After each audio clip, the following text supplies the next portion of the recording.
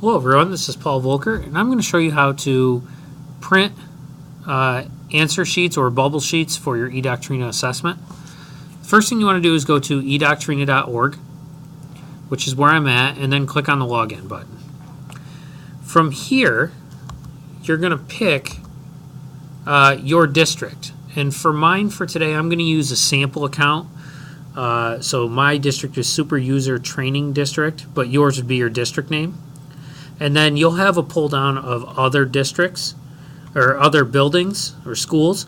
So that's where you want to go in and find your specific school.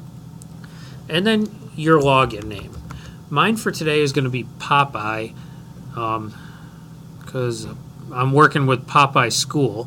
So what you want to do is your login information was given to you by your district. So normally it's your first letter of your first name and your whole last name. But double check into that one. And then I'll type in my password. And again, this might be given to you, but it also might be one that you've created depending on your district. So once I log in, I'm normally going to come to this statement. There's right where I can get them is right here for my answer sheets. But I also want to show you in case you're not on this page, if you happen to click off of something and don't know where to go. Anytime you click this up here, the little eDoctrina symbol, it will bring you back to this page. So if I click it, here I am right back to this page. No matter where you are, that will be there. Also, you'll always have these tabs up here. So if I click on assessment, I'm going to have all of these choices right here. There's assessments, there's answer sheets, answer entry, question bank, and so on. So I could just click here for answer sheets, or I could click down here. Going to take me to the same place. Now the important thing to remember is that answer sheets are not generic on eDoctrina. They all go to a specific assessment.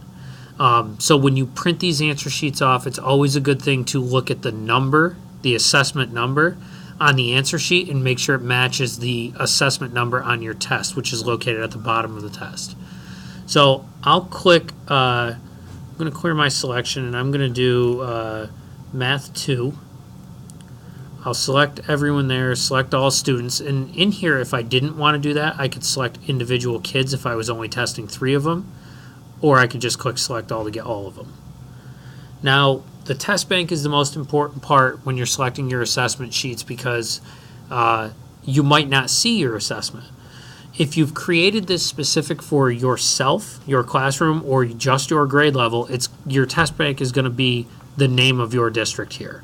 So notice my district is Super User Training District. So if you logged in with another district like Deposit or Harpersville, that will be in here as well, just your district name. Our collaborative one, if you are part of our collaborative, will be in here as well, and that's where any of our common tasks or our assessments we created with the 4 districts will be. If you see New York State BOCES benchmark assessments, those are the regional DDI assessments, the math and ELA ones. So I'm going to pull one from Engage New York content. And I want to make sure that it's in the subject area that I want, which is math. And then my grade level, I'm looking at grade 2, so I probably want to switch to grade 2. And I should have the grade 2 assessments here. And I do. Module 1 and a module assessment. Let's just pull the answer sheet for that one. So now that I've picked my assessment, and you'll see that that's a red star, and my class is a red star, my course, my test bank, all of that, I can then go to print answer sheets. You got a couple options in here to print. This one is probably the best one, the fastest big bubbles. The web is one that's a good one in terms of using an iPad to scan them. And then you also have your F&P benchmark ones that are off to the side. So for right now, I'm going to pick this biggest bubbling. And I wanted to show you this part of it, the more printing options. If you need blank ones, you can click on this. Your answer sheets that print out will have a kid's name and ID at the top of it. If you have a new kid who's not in your eDoctrina list because they just joined your district, you can click this, which was more printing options, and then print off a number of extra bubble sheets. So let's just say I have 2 new kids, I can print off 2 of them. And what that'll do is give me blank sheets, and it'll assign them a number. So when I look at my data, it's not going to have their name next to it. It'll just have a number, a generic number. So now I'll click Print Answer Sheets, and it's now generating these in a PDF.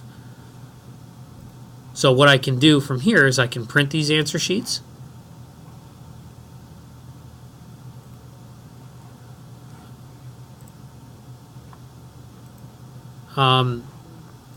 Or I can then save them to my desktop